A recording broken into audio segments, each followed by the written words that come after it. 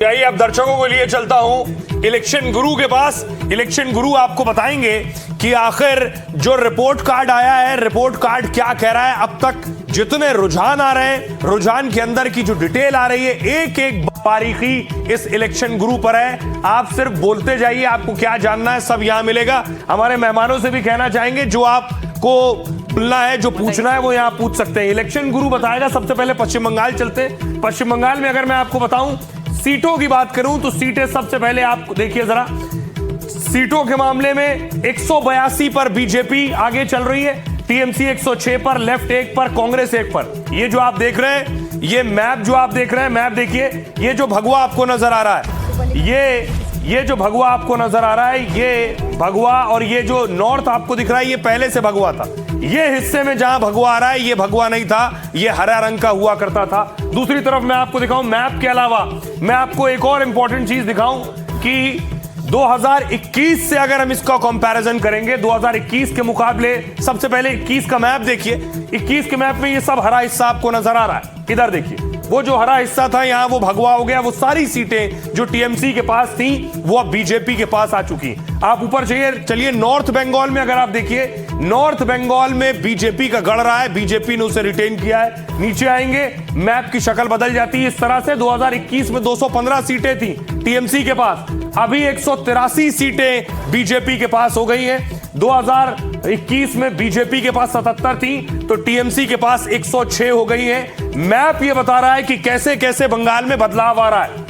इसके अलावा अगर मैं आपको दिखाऊं 2024 का जो लोकसभा चुनाव था उसके मुकाबले क्या बदलाव हुआ, बड़ा इंपॉर्टेंट ये है कि 2 साल पहले जो चुनाव हुए उस चुनाव में भी देखिए टीएमसी मजबूत थी। लोकसभा सीटों को अगर आप विधानसभा के लिहाज से देखें तो 192 सीट्स 2 साल पहले तक टीएमसी को मिल रही थी, बीजेपी 90 सीट्स पर। 2 साल बाद 26 में चुनाव हो रहे हैं, तब बीजेपी 182 आ गई है, टीएमसी 107। और मैप देखिए, 2 साल पहले ये हरा रंग आपको सब नजर आ रहा है इस इलाके में, और नॉर्थ बंगाल में देखिए वहां आपको भगवा नजर आ रहा है। जैसे ही आप नीचे के हिस्से में आएंगे, 24 परगना की तरफ आइए, या फिर आप जो है कोलकाता की तरफ आइए, या बंगाल में वेस्ट के हिस्से पर आइए, यहां देखिए हरे से भगवे में तब्दील हो गया। यानी बीजेपी ने, अगर मैं इसे इस तरह से रेट करूं कि हर जगह पर बीजेपी ने अपनी पकड़ मजबूत की है, इस पूरे नक्शे में वो नजर आ रही है कम से कम।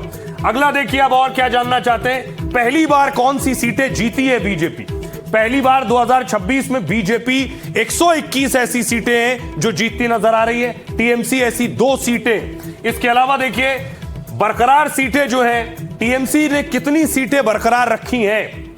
215 सीटें टीएमसी ने जीती थी 2021 में, उसमें से 91 बरकरार रखी हैं और 123 पर रुझानों में हार नजर आ रही है।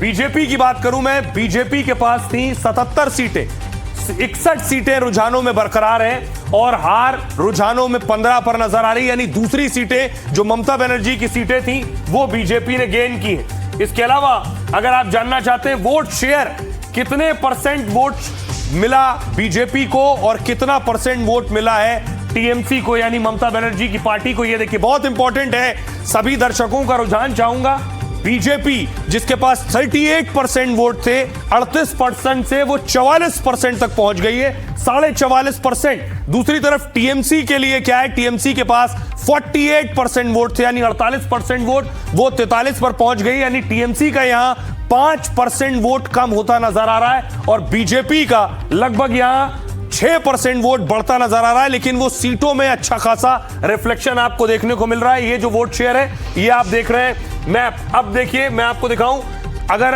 अलग अलग रीजन वाइज हम बात करें, वर्धमान की बात करें, जो एडमिनिस्ट्रेटिव डिस्ट्रिक्ट्स हैं, खास तौर पर वर्धमान में देखिए वोट शेयर बीजेपी का 49%, यानी बीजेपी ने टीएमसी के गढ़ में सेंधमारी की है। टीएमसी को 39.8% वोट है, लेफ्ट को 7.7 और कांग्रेस। अब देखिए जरा मालदा की बात करें, मालदा में क्या दिख रहा है वो देखिए। मालदा में टीएमसी को 39.9% वोट और बीजेपी को 36.7% वोट, कांग्रेस को 12.4% वोट और 6.3 लेफ्ट के खाते में जा रहा है। जलपाईगुड़ी देखिए जरा, जलपाईगुड़ी में, और शशि थरूर कुछ बोल रहे हैं, पहले वो आपको सुनवाता हूं। के बाद दिल्ली में हाईकमान तय करेंगे। मुझसे पूछने में क्या फायदा। लेकिन थोड़ा सा मुख्यमंत्री विधायकों में से होगा या सांसद भी रेस में है? एक आखिरी सवाल सर, पश्चिम बंगाल सर थरूर साहब, बंगाल की जो तस्वीर दिख रही है, बीजेपी को एक बड़ी जीत मिलती दिख रही है। देखिए, बंगाल और तमिलनाडु काफी आश्चर्यजनक रिजल्ट्स आ रहे हैं, लेकिन हम अंत तक इंतजार करना चाहेंगे। थैंक यू, शुक्रिया। तो शशि थरूर जाहिर सी बात है जो शुरुआती ट्रेंड है उससे उत्साहित हैं और कह रहे हैं कि बदलाव की जरूरत थी केरल में और वही होता हुआ नजर आ रहा है। लेकिन बड़ा सवाल यह है कि अब केरल का अगला मुख्यमंत्री कांग्रेस किसे बनाने जा रही है, और इसको लेकर के यही कहा जा रहा है कि जो भी आला कमान तय करेगा वही अगला मुख्यमंत्री होगा। त्रिवेंद्रम से अपने सहयोगी जेवियर के साथ मैं जैनेंद्र, एनडीटीवी इंडिया के लिए। तो जैनेंद्र को आप सुन रहे थे, शशि थरूर भी कह रहे थे कि अभी उनका नतीजों पर नजर है, लेकिन मैं आपको बंगाल की तस्वीर दिखा रहा हूं। जलपाईगुड़ी देखिए, बीजेपी के लिए स्ट्रांग रहा है, लेकिन वहां बीजेपी बहुत गेन कर रही है। 51% से ज्यादा वोट बीजेपी जलपाईगुड़ी में, टीएमसी 39.6% वोट और लेफ्ट 1.6% वोट। मेदिनीपुर की मैं बात करूं, मेदिनीपुर की जो तस्वीर है ये मेदिनीपुर का हिस्सा है। मैप में शुरू में मैंने आपको दिखाया था, ये हिस्सा हरा दिख रहा था आपको, यहां भी अभी आपको भगवा दिख रहा है, यानी यहां भी बीजेपी ने सेंधमारी की है टीएमसी के गढ़ में। 52% से ज्यादा वोट बीजेपी को मिला है इस हिस्से में, टीएमसी 39.2%, लेफ्ट ने वोट कम किया है 3.8% वोट। अब आइए प्रेसिडेंसी, बड़ा हिस्सा, ज्यादा सीटें यहां से आती हैं। यहां देखिए जरा, 53% वोट यहां भी हरे रंग का नक्शे में आपको नजर आए। 24 का नक्शा देखिए, 2021 का देखिए, यहां भी देखिए 54% वोट बीजेपी ने गेन किया। इससे एक बड़ी तस्वीर निकल कर आ रही है कि बीजेपी ने बंगाल के हर हिस्से में वोट हासिल किया है। जो शुरू में कहा जा रहा था कि ग्रामीण इलाकों में बीजेपी की शक्ल सूरत क्या होगी, वो भी ये पता चल रहा है। और इस बीच बड़ी खबर, 293 सीटों पर मनोज्ञा बंगाल में रुझान आ चुके हैं। और इस वक्त की बड़ी खबर आ रही है कि पश्चिम बंगाल में रुझानों में बीजेपी ने 185 सीटों पर बढ़त हासिल कर ली, 186 पर लीड हो गई है। तृणमूल कांग्रेस का आंकड़ा घटता नजर आ रहा है, 105 पर आ गई है, 109 का डिफरेंस है। बहुत बड़ी बात है ये, क्योंकि इतिहास में ये शायद तृणमूल कांग्रेस का सबसे कम वोट शेयर या फिर वोटिंग होगा। वीआईपी कैंडिडेट्स की अब आपको बात बता दें कि भवानीपुर में फिर से पीछे हो गई है मुख्यमंत्री ममता बनर्जी। यही वो जगह है जहां पर 1 तारीख को उन्होंने रात को 1 बजे तक प्रदर्शन किया था। आरोप लगाए थे कि कई सीसीटीवी कैमरा में आ रहे थे, कोई लोग बैठे हुए थे ईवीएम्स के स्ट्रॉन्ग रूम्स के आसपास। पर अब अग्निमित्रा पोल 15,000 वोट की बढ़त बना चुकी है। निश्चित प्रामाणिक आगे हो चुके हैं, 3,444 वोट से आगे हैं। माथाभांगा से, उत्तर बंगाल से आते हैं। नंदीग्राम में शुभेंदु अधिकारी 3,000 से ज्यादा वोटों से आगे हो रखे हैं। एक और बड़ी खबर आ रही है, भारतीय जनता पार्टी 188 पर, यानी कि 111 सीट पर पिछले चुनाव के मुकाबले 2021 के मुकाबले 111 सीट पर बढ़त बना चुकी है। बीजेपी 188 पर आ चुकी है। तृणमूल कांग्रेस का आंकड़ा लगातार घटता नजर आ रहा है, 103 सीट पर है।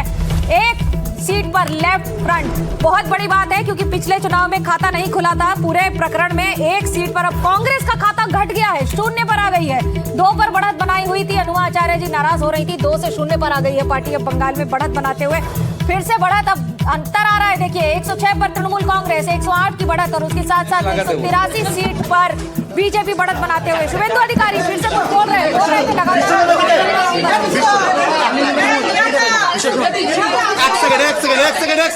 एक सेकंड सिग्नल दे रहा है सर। अभी जो ट्रेंड है पूरे बंगाल में क्या लग रहा है? तो शुभेंदु अधिकारी मीडिया से बात कर रहे थे, और इस बीच बीजेपी 182 हो गई है रुझानों में। पश्चिम बंगाल में 109 टीएमसी, और देखिए दूसरी तरफ तमिलनाडु टीवी के शतक लगा चुकी है, 102 पर पहुंच गई है टीवी के।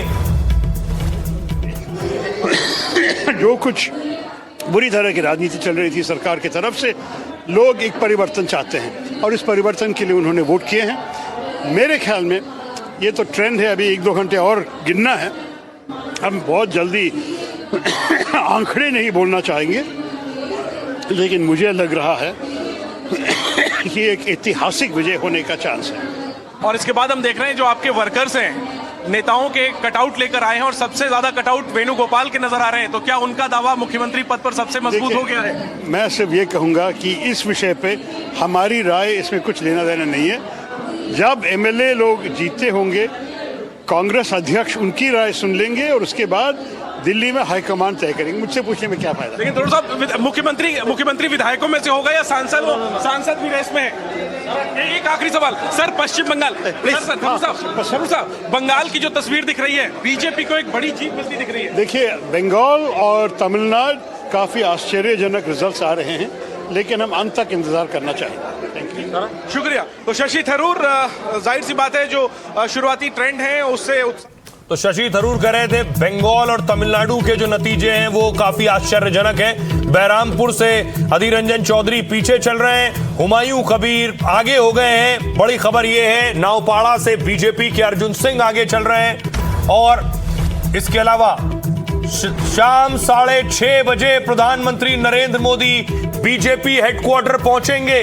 संभव है जो पश्चिम बंगाल के रुझान आ रहे हैं उससे साफ था कि प्रधानमंत्री नरेंद्र मोदी नतीजों के बाद हेडक्वार्टर पहुंचते हैं और उसके बाद प्रधानमंत्री नरेंद्र मोदी का एक भाषण, संबोधन और धन्यवाद, शुक्रिया उस आवाम, उस जनता के लिए जो मैंडेट देती है। देखिए, यही आपको 2024 के चुनाव के बाद देखने को मिला था, जब शुरुआत हुई थी जय जगन्नाथ से।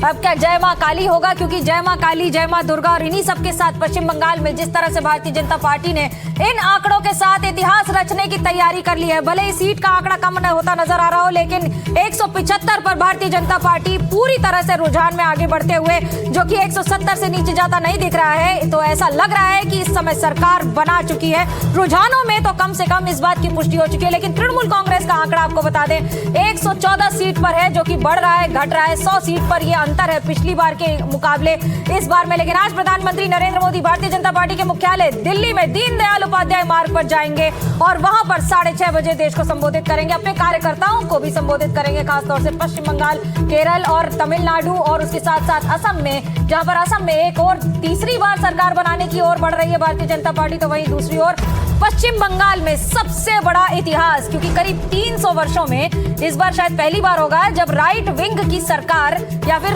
दक्षिण राइट विंग जिसको कहेंगे हम, उसके हिसाब से अगर बात करें तो ये पहली बार होगा कि कम से कम आजादी के बाद बीजेपी ने इस तरह से सरकार में औपचारिक रूप से कमल खिलाया है। दिलचस्प यह है कि जब श्यामा प्रसाद मुखर्जी की बात आती है तो पश्चिम बंगाल की बात आती है। भारतीय जनता पार्टी को अभी तक ये कहा जाता था बहिरागत की पार्टी है, लेकिन अजीत जी, क्या आप इस बात से मानते हैं? और हमारे साथ सर्बानंद सोनवाल जुड़ रहे हैं, केंद्रीय मंत्री हैं और असम में भारतीय जनता पार्टी की जो जीत हो रही है। खरबदा, नमस्कार जानाई अपना के, क्या हाल है? आज तो इस समय आप बहुत खुश होंगे, हैं कहाँ, डिब्रूगढ़ की दिल्ली? डिब्रूगढ़। चलिए, दिल्ली से तो अच्छा मौसम है आपके पास, तो ये बता दीजिए जीत का जश्न कहाँ मना रहे हैं, ढोल कहाँ बजा रहे हैं आज? निश्चित रूप से मैं अभी गुवाहाटी जा रहा हूँ डिब्रूगढ़ से। तो जीत के जश्न के क्या मायने हैं सर्वदा? पिछली बार आप मुख्यमंत्री थे, ये तीसरी बार है जब सरकार बन रही है। देखिए, माननीय प्रधानमंत्री नरेंद्र मोदी जी के नेतृत्व में जो काम असम में हुई है, विकास हो या शांति हो और सद्भावना, और सबसे बड़ी बात है लोगों को जो इंसाफ आदरणीय प्रधानमंत्री जी ने दी है, इज्जत से जीने का और अपने जीवन को सजाने का। तो इसलिए कुल मिला के असम का जनता खुश है और परम आदरणीय प्रधानमंत्री जी के ऊपर उनका विश्वास है और भरोसा है, और यही मानना है कि बीजेपी रहेगा तो असम और भी तेज गति में विकास के रास्ते पर चलेंगे। गौरव गोगोई पीछे चल रहे हैं 4000 वोट से ज्यादा से। कांग्रेस को कहां देख रहे हैं आज आप आंकड़ों में? और नहीं, मैं तो शुरुआत से ही बोल रहा हूं, कांग्रेस का कोई यहाँ उनका कोई स्थिति है नहीं उसका, क्योंकि उनके पास कोई ग्रासरूट लेवल का कोई कार्यकर्ता है ही नहीं। ऐसे वो मीडिया में सही हुए थे इतना दिन बस। जी सोनोवाल जी, ये इस जीत में ये जो दिखाई दे रही है कम से कम, और बहुत बड़ी जीत है आपकी, ये रुझानों में जो नजर आ रहा है, इसका क्रेडिट हेमंता बिस्वा शर्मा सीएम को कितना जाता है? देखिए, हम लोगों ने परम आदरणीय प्रधानमंत्री नरेंद्र मोदी जी के नेतृत्व में सब लोगों ने एक साथ मिलकर काम की है, और असम की मुख्यमंत्री डॉक्टर हेमंता बिस्वा शर्मा जी ने भी जो मेहनत की है दिन रात निरंतर जनता की हितों के लिए और निश्चित रूप से ये हमको मानना होगा कि जब हम आदरणीय प्रधानमंत्री जी ने जब he is leading from the front and we are all like in his team and working with the support of the people of Assam, and of course like being a chief minister of Assam, Dr. Himanta Biswa Sarma, he has also led from the जी। front and he Hindi sir, अगर हिंदी में बोल सके sir आप। हाँ, like उन्होंने doctor Himanta Biswa Sharma ने भी जो मेहनत की है उसको तो निश्चित रूप से इसका श्रेय मिलता है। तो मैं तो यही कहूंगा कि परम आदरणीय प्रधानमंत्री जी के नेतृत्व में जो भी काम हुई है, इसके वजह से असम के लोगों ने विशेष रूप से ये भरोसा रख के इस बार तीसरी बार के लिए बीजेपी को सत्ता में लाया है कि उनका मानना है कि बीजेपी रहेगा तो हमारा यहाँ सुरक्षा भी संभव होगा, शांति भी संभव होगा और विकास भी संभव होगा। पर सर्वदा और नई पीढ़ियों जब भी को अपने जीवन को आगे बढ़ाने के लिए एक सुनहरा मौका मिलेगा। सर्वदा जब एआईयूडीएफ की बात कर रहे हैं तो 2 सीट पर है, तो बदरुद्दीन अजमल क्या अपनी आखिरी इनिंग्स खेल रहे हैं? क्योंकि ये तो अब सिंगल डिजिट पर आ गई पार्टी इनकी। देखिए, अभी जो भी ये जो बांग्लादेशी घुसपैठिया मुस्लिम के लिए जो भी पार्टी है, ये पार्टी अभी टिकेगा नहीं यहाँ, क्योंकि बीजेपी सरकार ने ये स्पष्ट कर दिया है कि हम किसी भी हालत में असम की जनता के अस्तित्व को हम कमजोर होने नहीं देंगे। जमीन जायदाद, यहाँ की भाषा संस्कृति को हम सुरक्षित करेंगे। इसलिए डॉक्टर हिमंत बिस्वा शर्मा ने भी अपने कार्यकाल में बहुत इस विषय पर मेहनत की है और मजबूत कदम उठाए हैं। और कांग्रेस का जो ये हाल है, इसके पीछे क्या वजह मान रहे हैं आप? देखिए, कांग्रेस ने पिछले, आपको मालूम है कि 55 साल से अधिक काल से उन्होंने असम में राज किया और उनकी कार्यकाल में उन्होंने जो असम की जनता को अन्याय की है, आघात दी है, अत्याचार की है और दुर्नीति भ्रष्टाचार के जरिए उन्होंने हमारे शासन व्यवस्था को तोड़ डाला था। तो इसलिए कभी भी किसी भी हालत में अब असम में कांग्रेस जगह नहीं बना पाएंगे जी। सर्वदा 2 लाइन अखमिया में जरा गाना करके सुना दीजिए आज के मौके पर। 2 लाइन अखमिया थे मोइना जाओ। एक बात है, देखिए असम में नहीं हमको बात नहीं चाहिए, 2 लाइन सुनाइए आप। मुझे पता है अखमिया में गाते हैं। देखिए, एक बात है, नहीं चलेगा दादा, 2 लाइन गाइए ना, जाने नहीं दूंगी। देखिए, मैं तो इतना ही कहूंगा कि हमारे अब असमिया का नई साल बहुत ये महीना चल रहा है, बिहू गान हो जाक। तो बिहू हमारे रंगाली बिहू, हाँ, रंगाली बिहू हमारे दिल में बसा हुआ है और इसलिए बिहू गीत के जरिए हम प्रकृतियों को गुणगान करते हैं। तो इसलिए कहा गया है कि प्रथमे प्रणामो देवी सरस्वती, द्वितीय प्रणामो हरि। बस आपको सुना दिया मैंने। गलत बात है ये, याद रखा जाएगा। आज का दिन आपका दिन है, जश्न का दिन था। Thank you. आप हमारे साथ जुड़े, बहुत बहुत धन्यवाद सर्वदा। Thank you. और आपको लिए चलता हूं बीजेपी दफ्तर, जहां जश्न मन्ना शुरू हो गया है। हिमांशु शेखर हमारे सहयोगी वहां से मौजूद हैं। हिमांशु, अगर मेरी आवाज आपको मिल रही है, वहां क्या चल रहा है बीजेपी ऑफिस में?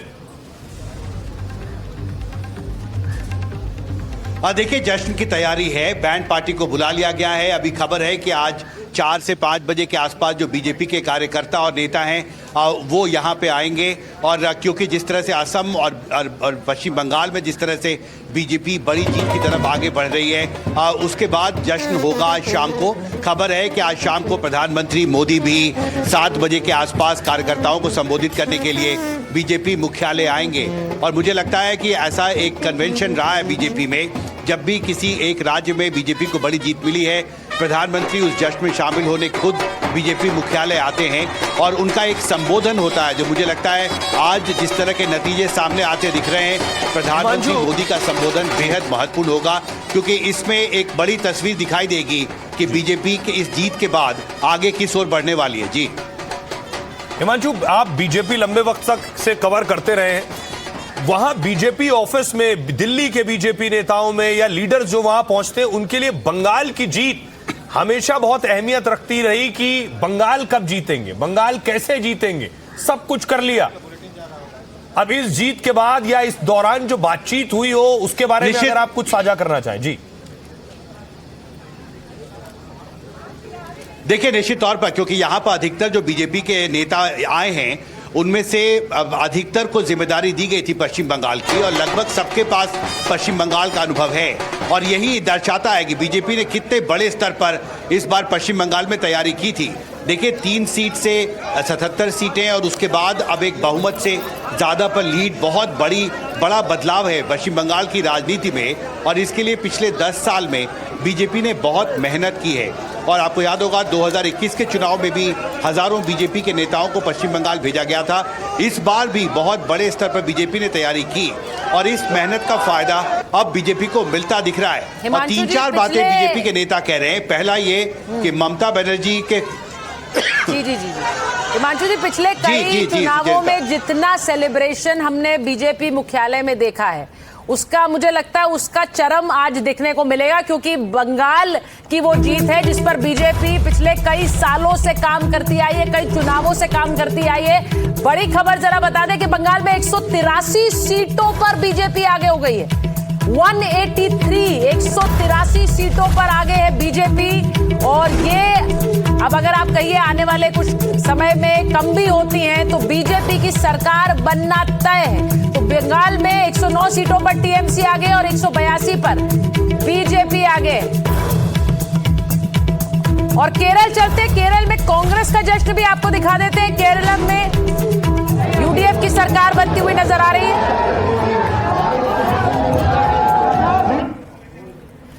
तो ये जो तस्वीर आप देख रहे हैं केरलम में, अगर हम दिखा पाए, केरल में भी कांग्रेस की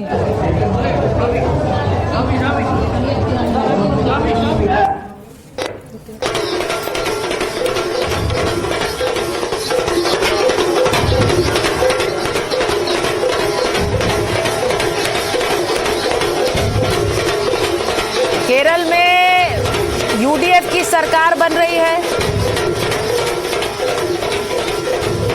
और हमारे साथ कांग्रेस की प्रवक्ता नेत्री सुप्रिया श्रीनेत जुड़ गई हैं। सुप्रिया जी, केरलम की तस्वीरें हम दिखा रहे हैं जहां कांग्रेस दफ्तर पर बड़ा जश्न हो रहा है। तो सबसे पहले तो आपको बधाई केरल की जीत के लिए, और इस जीत पर आप कुछ कहना चाहेंगी?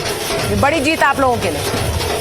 आपको, आपके दर्शकों को मेरा नमस्कार। और बिल्कुल ये बहुत ही बड़ी खबर है, और जिस तरह से बड़ी जीत एक हासिल हो रही है केरल में, मुस्तैदी से चुनाव लड़ा गया और उस चुनाव के बाद आज क्लियर मेजॉरिटी, बड़ा बहुमत से सरकार बन रही है। उसके लिए मैं केरल के लोगों का, केरल की प्रबुद्ध जनता का, सबका धन्यवाद करती हूँ और अपनी लीडरशिप को इसके माध्यम से बधाई देती हूँ। बाकी जगहों पर आप मुझसे सवाल पूछिएगा, लेकिन केरल में एक नैरेटिव के तहत हमने वहां की सरकार का जो विफलता थी उसको उजागर किया, एक ऑल्टरनेट नैरेटिव देने की कोशिश करी, और केरल की जनता ने हम पर जो यकीन जताया उसका हम हाथ जोड़कर नतमस्तक होकर स्वागत करते हैं। सुप्रिया जी, बंगाल में जो रुझान आ रहे हैं 182 प्लस बीजेपी है और 109 पर टीएमसी है। कांग्रेस का अब तक रुझानों में भी खाता नहीं खुला।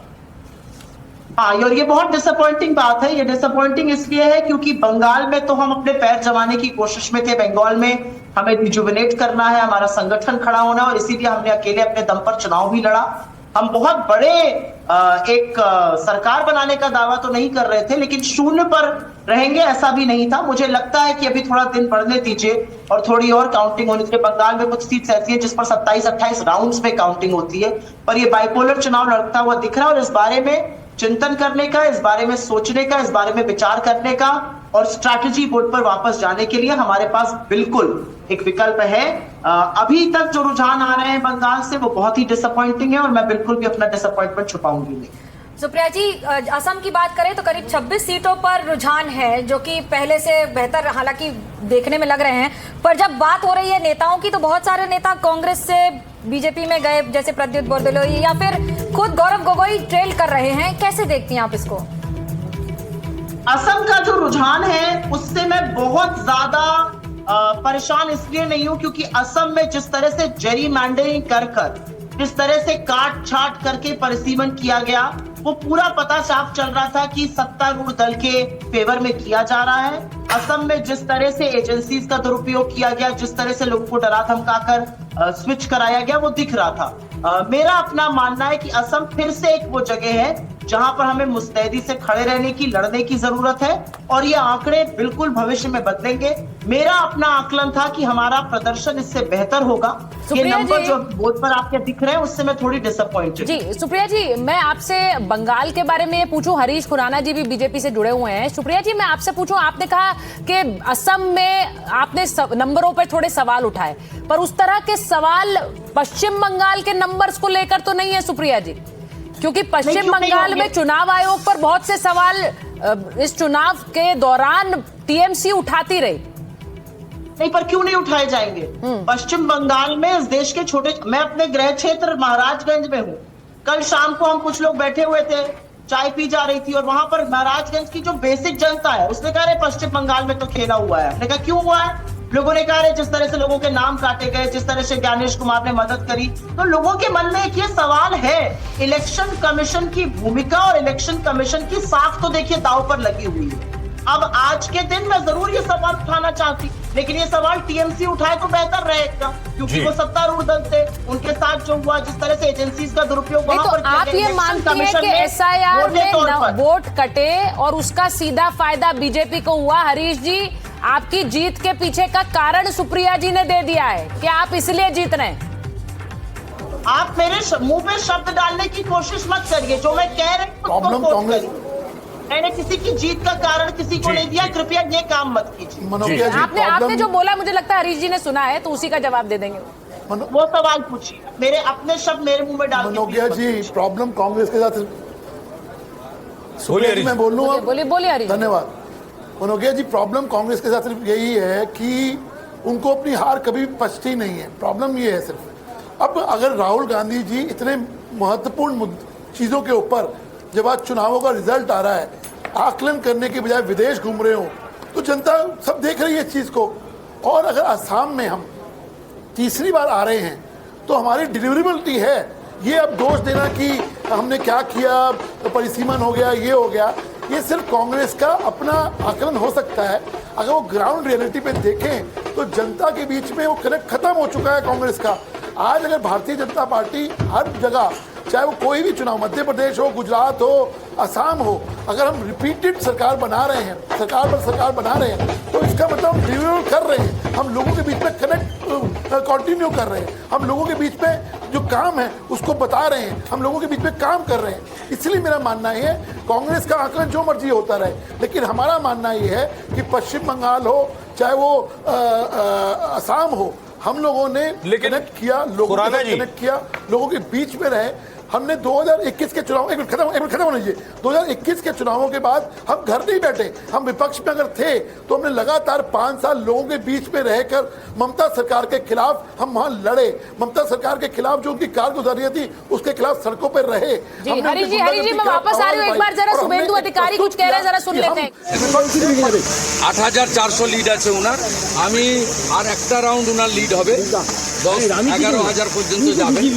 তারপরে আমি ওনাকে মেকআপ করব, 17 নম্বর ওয়ার্ড থেকে 82 পর্যন্ত আমি ওনাকে মেকআপ করে দেবো এবং উনি হারবেন। উনি হেরে গেলেন।